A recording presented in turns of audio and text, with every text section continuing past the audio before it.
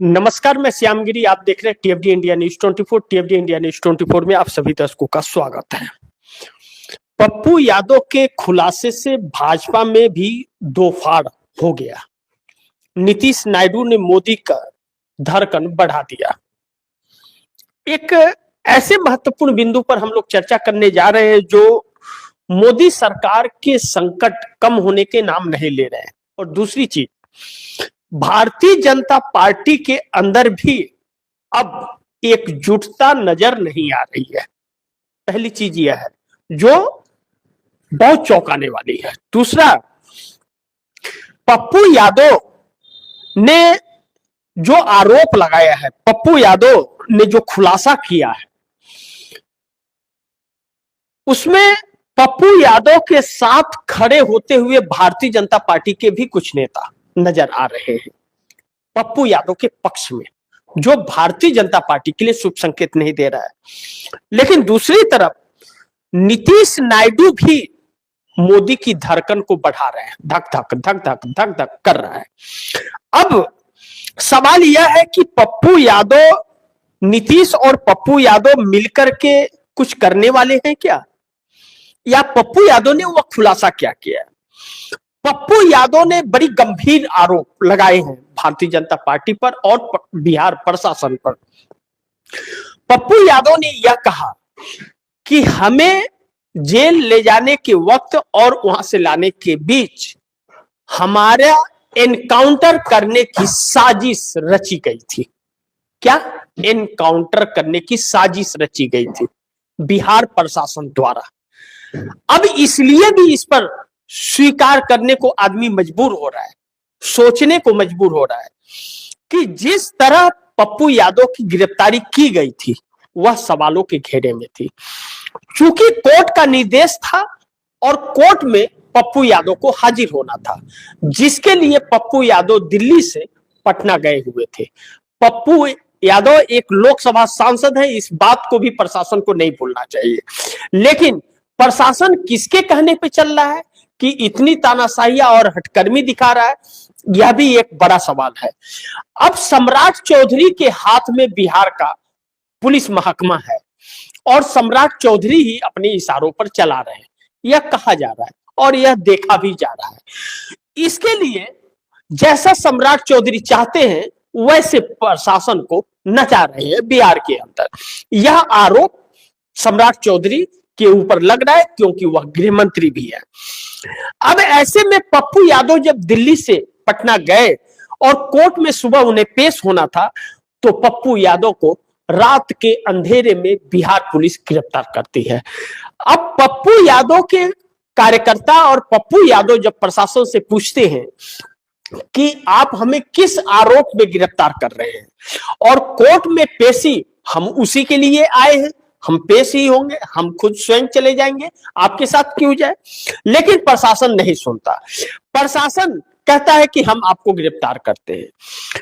पप्पू यादव और उनके कार्यकर्ता, उनका एडवोकेट पूछता है कि आप किस जुर्म में गिरफ्तार कर रहे हो, और अगर आप गिरफ्तार करने आए हो तो आपके पास अरेस्ट वारंट कहां है और किसके आदेश पर आप आए हो।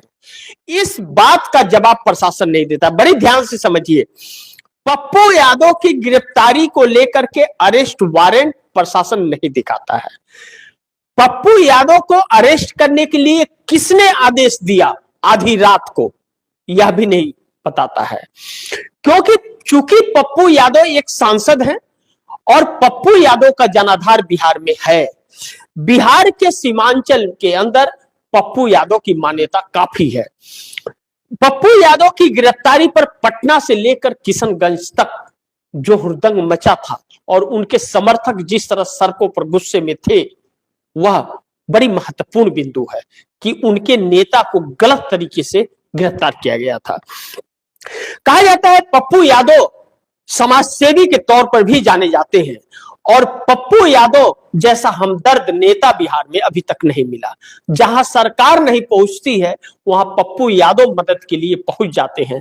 इसकी तस्वीर एक कोरोना काल के वक्त भी देखी गई और बाढ़ पीड़ितों को मदद करते हुए भी देखा गया था।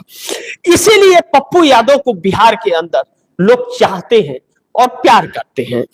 ऐसे में पप्पू यादव को जिस तरह से प्रशासन ले गई, पप्पू यादव ने यह भी कहा आप हमें हाउस अरेस्ट कर लीजिए, सुबह चलेंगे कोर्ट, लेकिन प्रशासन नहीं मांगी। ऐसी कौन सी मजबूरी प्रशासन की थी कि आधी रात को गिरफ्तार करके जेल में ही डालना था। लेकिन उनकी तबीयत खराब होती है और हॉस्पिटल में बेड तक नहीं मिलता। यह भी बातें तस्वीरें नजर के आई। क्योंकि पप्पू यादव का वेट भी काफी है और वह बीमारी से ग्रसित भी रहते हैं, इसलिए उनके मेडिकल का ध्यान रखना भी जरूरी होता है। लेकिन प्रशासन ने लापरवाही की। पप्पू यादव ने जब यह आरोप लगाया कि उनका एनकाउंटर करने की साजिश थी, तो सम्राट चौधरी पर और बिहार प्रशासन की हरकतों पर विश्वास करने के लिए लोग मजबूर हो गए।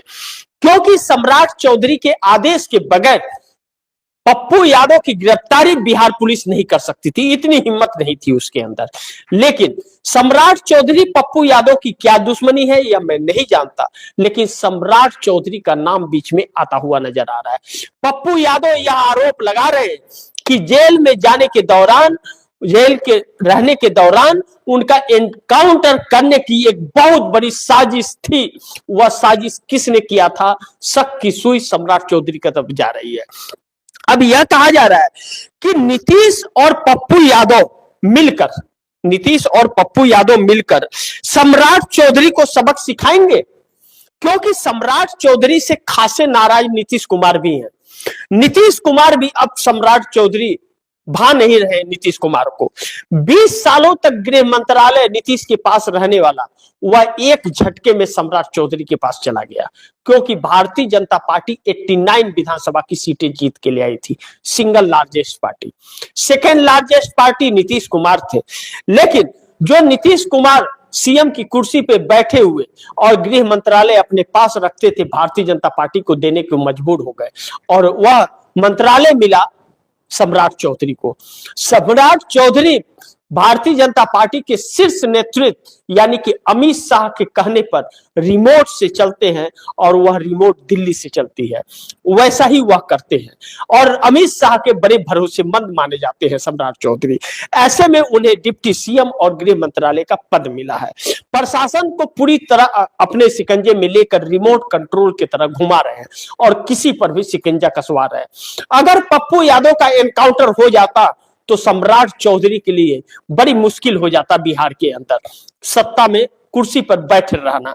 ऐसे में पप्पू यादव अब इस बात को 9 मार्च से जब पार्लियामेंट शुरू होगा उस वक्त भी चर्चा के दौरान पप्पू यादव बोलेंगे, क्योंकि पूर्णिया से निर्दलीय सांसद है। एक सांसद को फर्जी एनकाउंटर में मारने की कोशिश यह सम्राट चौधरी के लिए भारी पड़ सकती है। लेकिन भारतीय जनता पार्टी की उल्टी गिनती कहीं ना कहीं कहा जा रहा है अब शुरू हो चली है, क्योंकि नीतीश की भी अब जरूरत भाजपा को वैसे ही पड़ने वाली है, क्योंकि ओम बिरला के खिलाफ जो अविश्वास प्रस्ताव आया है या महाभियोग जो चुनाव आयोग के खिलाफ आ रहा है, नीतीश नायडू की सख्त जरूरत है। नीतीश नायडू ने मोदी सरकार की धड़कनों को बढ़ा दिया है और मोदी बेचैन है, बल्कि यूं कहे कि भारतीय जनता पार्टी बेचैन है, क्योंकि अविश्वास प्रस्ताव अगर फेल हुआ, अविश्वास प्रस्ताव में नहीं बचा पाए अगर ओम बिरला को, तो मोदी सरकार बड़े संकट में आ जाएगी। ऐसे में पूरा कैबिनेट ही नहीं, पूरी भारतीय जनता पार्टी शिकंजे में कस जाएगी, क्योंकि इंडिया गठबंधन ने अगर सरकार बदल दिया और कामयाबी हासिल हो गई तो वह भारतीय जनता पार्टी के लिए मुश्किल होगा। लेकिन कहा यह जाता है कि इंडिया गठबंधन के पास 250 प्लस सांसद हो चुके हैं। यही 250 प्लस सांसदों का टारगेट इंडिया के पास मौजूद जो है, भारतीय जनता पार्टी की रातों की नींद हराम करती है और भारतीय जनता पार्टी को समझ नहीं आ रहा है क्या करे और क्या ना करे। इसी में पप्पू यादव का बयान बिहार के अंदर एक भूकंप सी परिस्थितियां ला करके खड़ा कर दिया है। भारतीय जनता पार्टी को यह कितना भारी पड़ेगा यह आने वाला वक्त बताएगा, लेकिन सम्राट चौधरी अपनी ही पार्टी में अपने ही लोगों के आक्रोश के शिकार होते जा रहे हैं, क्योंकि पप्पू यादव के यह बात कहने के बाद भारतीय जनता पार्टी का भी एक तबका है जो पप्पू यादव के साथ खड़ा होता हुआ नजर आ रहा है, लेकिन सम्राट चौधरी अलग थलग पड़ते हुए नजर आ रहे हैं। ऐसे में तेजस्वी यादव के साथ भी नीतीश कुमार की कुछ मिलीभगत चल रही है।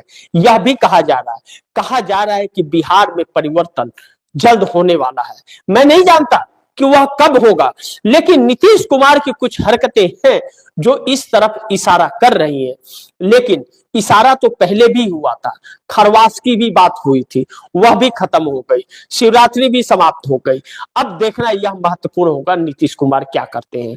नीतीश और नायडू की अग्नि परीक्षा 9 मार्च को होगी, जब स्पीकर ओम बिरला के खिलाफ अविश्वास प्रस्ताव पर वोटिंग होगा, क्योंकि देश की नजर नीतीश और नायडू पर है और पप्पू यादव को एक बड़ा मौका मिलेगा पार्लियामेंट के अंदर इस पर बोलने का, जो उनके खिलाफ एनकाउंटर की साजिश भी रची गई।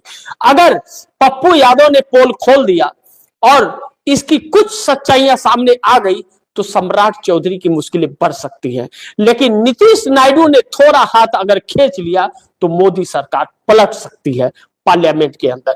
यह बजट सेशन का दूसरा भाग जो चालू होने जा रहा है 9 मार्च से, यह भारतीय जनता पार्टी की उल्टी गिनती शुरू कराने वाली है। इस बात से हम इनकार नहीं कर सकते। देखना यह महत्वपूर्ण होगा। मोदी सरकार चारों तरफ से फंसी हुई है, आगे कुआं पीछे खाई है, एक तरफ नाली दूसरी तरफ समंदर है। किसमें गिरती है, गिरना तय है। देखना यह होगा कि आदमी गिरता है तो किसी को बहुत ज्यादा चोट लगता है, कोई पूरी तरह से उठ जाता है, कोई हाथ पांव तोड़वा लेता है, कोई सर फोड़वा लेता है। लगना नुकसान होना निश्चित है। अब यह सरकार किस पायदान पर जाएगी, किस तरफ गिरेगी, देखना यह महत्वपूर्ण होगा। लेकिन नीतीश और नायडू पर जो नजरें टिकी हुई हैं, नीतीश और नायडू ने कोई हरकत अगर की तो यह देश भी उसके खिलाफ हो सकता है, क्योंकि 17 किसान संगठनों की जो बैठक राहुल गांधी के साथ हुई थी और मजदूर संगठनों की जो बैठक हुई है, उसमें यही चल रहा है कि नीतीश नायडू पर शिकंजा कसना है। इन दोनों पर शिकंजा अगर कसा तो फिर मोदी सरकार बच नहीं पाएगी। और यही दोनों नानी फैक्टर जो हैं मोदी सरकार की रीढ़ की हड्डी है और यही फेविक्विक की तरह चिपके हुए हैं। सवाल यह है कि चंद्रबाबू नायडू जो बार्गेनर कहे जाते हैं, वह कंप्रोमाइज हो जाएंगे ले देकर या फिर वह अड़ जाएंगे, क्योंकि चंद्रबाबू नायडू भी केंद्र की राजनीति में एंट्री मारना चाहते हैं। लेकिन सपने नीतीश कुमार के भी कम नहीं है। जिस नीतीश कुमार को मानसिक तौर पर बीमार बताया जा रहा था, वह नीतीश कुमार इतना सक्रिय हो गए कि कहा जा रहा है अभी तो 30 से 35 भी वो सीएम बने रह सकते हैं। यानी कि नरेंद्र मोदी को झटका लगता हुआ नजर आ रहा है। लेकिन देखना यह महत्वपूर्ण है कि 9 मार्च को जब अविश्वास प्रस्ताव पर चर्चा होगा, जो आज ही मंजूर हुआ है अविश्वास प्रस्ताव, जो इंडिया गठबंधन द्वारा दिया गया था 118 सांसदों के हस्ताक्षर से, आज वह मंजूर हो गया। और संसदीय कार्य मंत्री किरण रिजिजू ने यह बयान दिया कि 9 मार्च को ही जिस दिन सदन शुरू होगा उसी दिन हम चर्चा कराएंगे। या इसके 2 पहलू हो सकते हैं कि पहले दिन हंगामा न हो, इस पर चर्चा हो जाए, इसके लिए भी हो सकता है। और दूसरी चीज, भारतीय जनता पार्टी की नींद हराम है, जो होना है पहले ही दिन में हो जाए, इस बात की भी रिस्क ले रही है। लेकिन भारतीय जनता पार्टी की सरकार पूरी तरह से फंस गई है, इस बात से इनकार नहीं कर सकते। और पप्पू यादव की इस खुलासे ने लोगों को चौंका दिया है कि एक सांसद का भी एनकाउंटर करने का प्रयास कोई पुलिस महकमा कर सकता है क्या? पप्पू यादव ने सबको संशय में डाल दिया है। देखना बड़ी महत्वपूर्ण होगा कि आगे क्या होता है। जो भी होगा खबरें आप दर्शकों तक लाता रहूंगा, लेकिन आप दर्शकों की क्या राय है, क्या सुझाव है, कमेंट बॉक्स में जरूर दीजिएगा। और गुजारिश करूंगा इस खबर को ज्यादा से ज्यादा शेयर करें, अपने दोस्तों को भी कहे कि आगे शेयर करें। और आपने अगर टीएफडी इंडिया न्यूज 24 को सब्सक्राइब नहीं किया है तो सब्सक्राइब कर लीजिए। अपने दोस्तों को भी कहिएगा टीएफडी इंडिया न्यूज 24 को सब्सक्राइब करें। मिलते हैं अगली खबर के साथ, तब तक के लिए नमस्कार।